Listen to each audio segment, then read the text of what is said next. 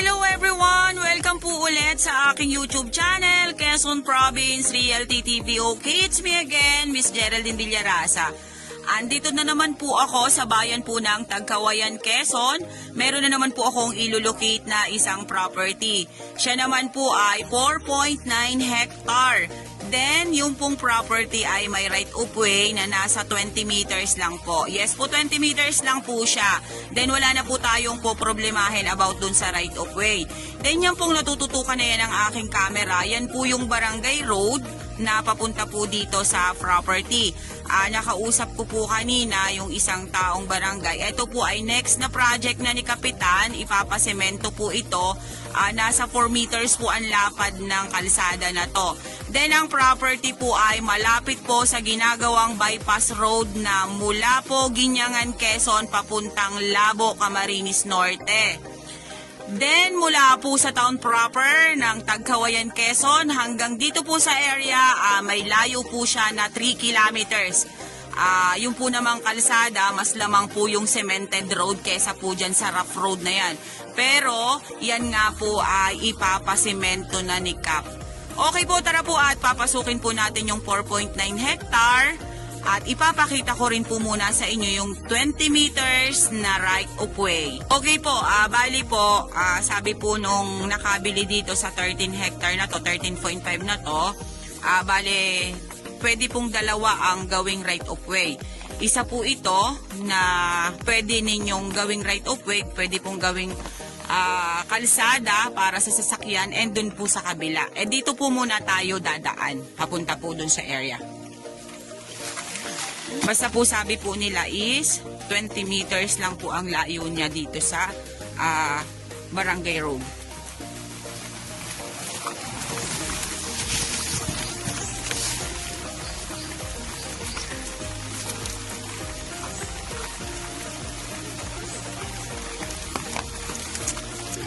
Okay guys, ayan na po. Andito na po ako sa property mismo. Ayun po yung sinakyan namin. Ayan po, yan pong nakikita nang yan sa camera. Nandyan po ang barangay road.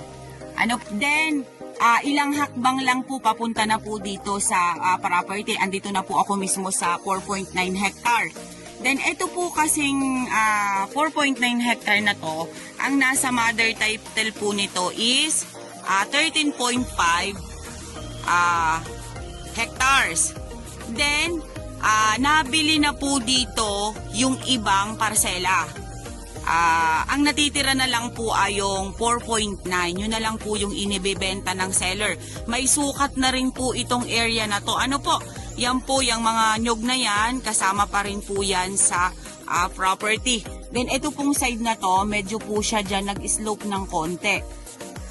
Then yan, may mga pangilan-ngilan pong saging. Then ayan po, meron po siyang signal dito sa area. May cellphone signal po siya.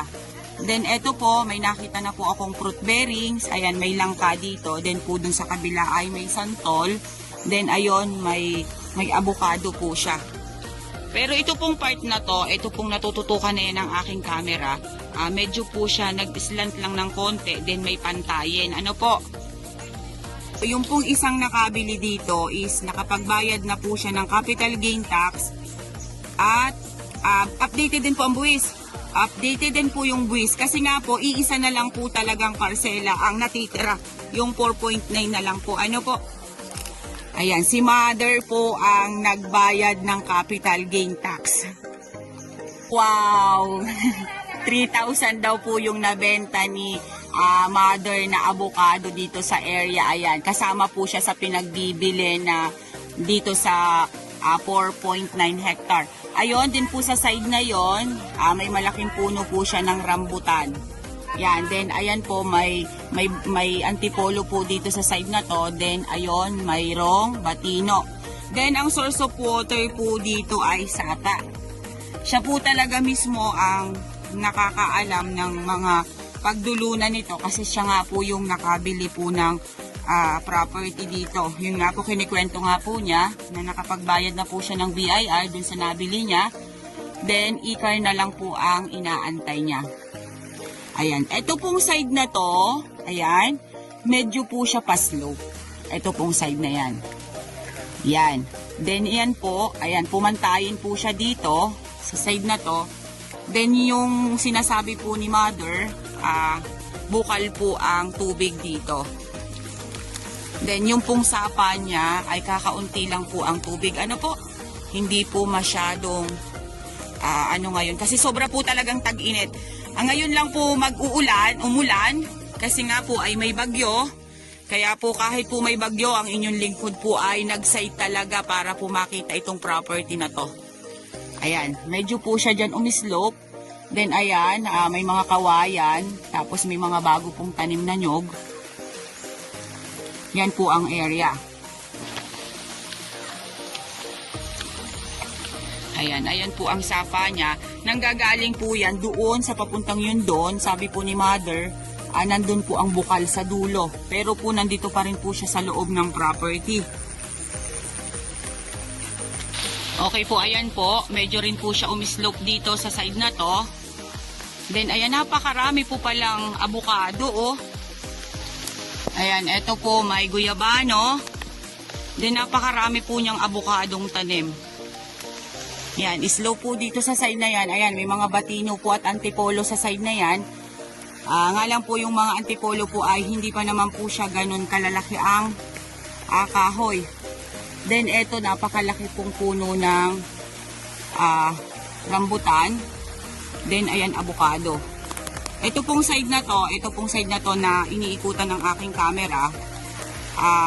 Flat po dito. Ayan po, may pinya po dito sa side na to. Harvest po.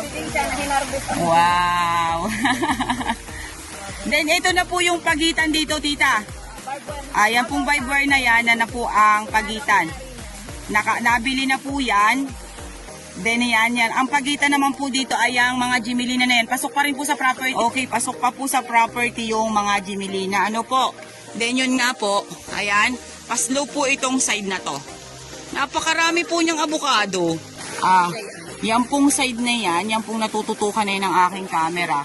Pag sinukat po ang 4.9, ay malamang po ay may madadala pa po dyan. Okay po, yan pong side na yan, ayan, slope din po siya. Medyo po hindi na ganun karami ang nyog. Ano po? Kaya, kayo na lang po mag-i-improve nung property. Ang kagandahan nga po nito, dahil may sukat na po talaga siya. Dahil syempre po, bago po gayatin, bago po i-subdivide ang isang property, ay i-relocate po muna yan. Kaya po ito ay may relocation na po itong property na to. Kumbaga po, ang tax na lang po na babayaran natin dito is CGT. Ito pong side na to, ayan, may mga antipolo po siya, then batino. Yan pong side na yan ay medyo rin po siya pa-slope. Ito po yung sapa niya. Linis lang po talaga siya. Lilinisan po yung mga panggilid na yan. Then makikita nyo na po yung tubig niyan. Medyo lang po talaga dinaanan kami ng sobrang tag-init. Kaya halos lahat po ng mga sapa dito ay medyo po talaga natuyot. Dahil sobra po talaga yung nagdaan na tag-init. Ayan, dito po sa part na to, medyo po masukal na. Kasi pinatabasan lang po nila is itong bungad. Ano po? Ayan. Ang kagandahan po nito kasi nga po, napakalapit po sa Barangay Road. Ilang hakbang nyo lang po ay Barangay Road na. Then yun nga pong Barangay Road doon, ay isisemento po talaga yun ni Kap. Ipapasemento na po ngayon. Kumbaga po ay naka-line up na po talaga siya. Baka ito pong magtag-init na ulit, umano ang init, umpisahan na po nila. Yun nga lang po yung area ay medyo po siya ay pa-slope. Ayan, ito pong side na yan, Jimelina naman.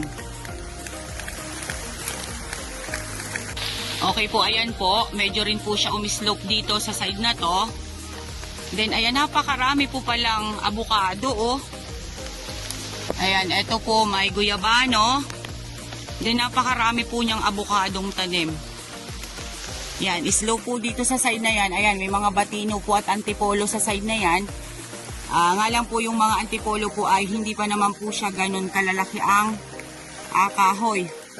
Then eto, napakalaki pong puno ng rambutan. Then ayan, avocado. Ito pong side na to na iniikutan ng aking camera. Flat po dito. Then ito pong side na to, mas lamang po dito ang slope. Ayan po, may pinya po dito sa side na to. So, ayan o. Harvest ko. Hindi siya na hinarvest ako. Wow! Then ito na po yung pagitan dito, tita. Ayan pong vibe wire na yan, na po ang pagitan. Nabili na po yan. Then yan. Ang pagitan naman po dito ay ang mga Jimelina na yan. Pasok pa rin po sa property? Yung Jimelina hindi na po. Okay, pasok pa po sa property yung mga Jimelina. Ano po? Then yun nga po, ayan, paslow po itong side na to. Napakarami po niyang avocado. Yan pong side na yan pong natututukan na yun ng aking camera.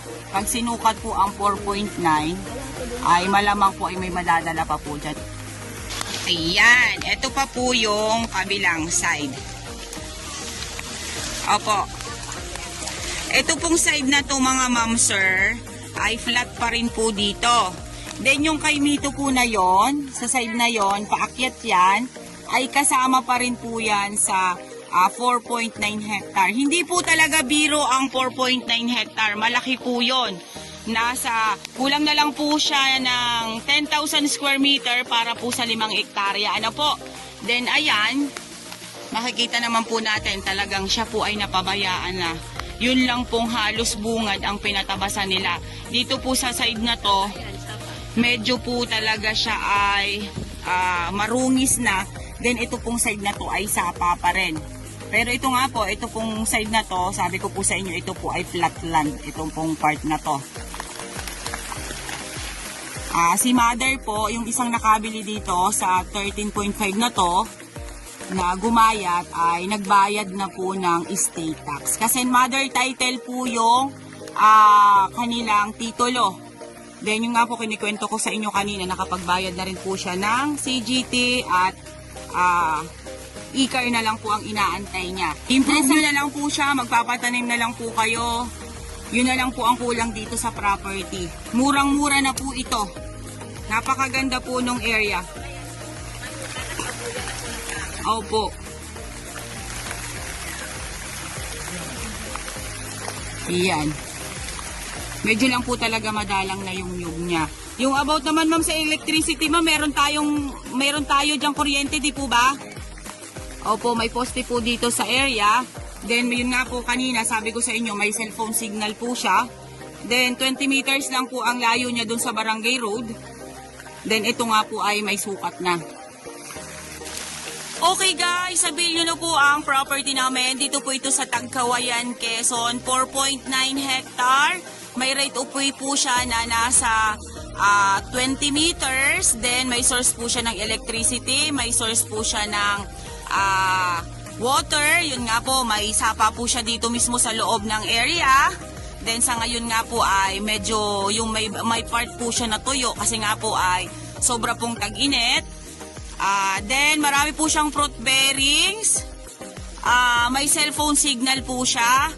Then yun pong nasa title is 13.5 hectares. Then nakuha na po yung ibang mga part. Ang natitira na lang po ay yung 4.9 hectare. Kulang na lang po siya ng 1,000 square meter para po doon sa 5 hectare na laki. Then napakarami po niya talagang fruit bearings dito sa area. Ang nyug po niya ay more or less po ito ay nasa 200 ka puno na lang. Yun na nga lang po. Then ang mga hardwood po ay yung batino at saka antipolo, Jimelina, yun lang po yung nakita ko sa area. Then ang mga fruit bearings po ay kakao, guyabano, avocado, rambutan, langka, santol, kainito. Yun po ang nakita ko. Then ang property po ay mas lamang po sa kanyang slope. Yun naman po, sabi ko nga po sa inyo, madalas ko pong sinasabi na mas maganda po sa property ay talibis. Kasi pagka po kayo ay nagtanim dyan sa patalibis na yan, pag umulan, hindi po na-stack ang tubig sa taas, bumababa po dito sa baba ang tubig, kaya hindi po mabubulok ang inyong pananim. Ano po? Then, ang price po ng property na 4.9 hectare is 1.7 million pesos is like nego. Yun po ang bigay sa akin ni seller.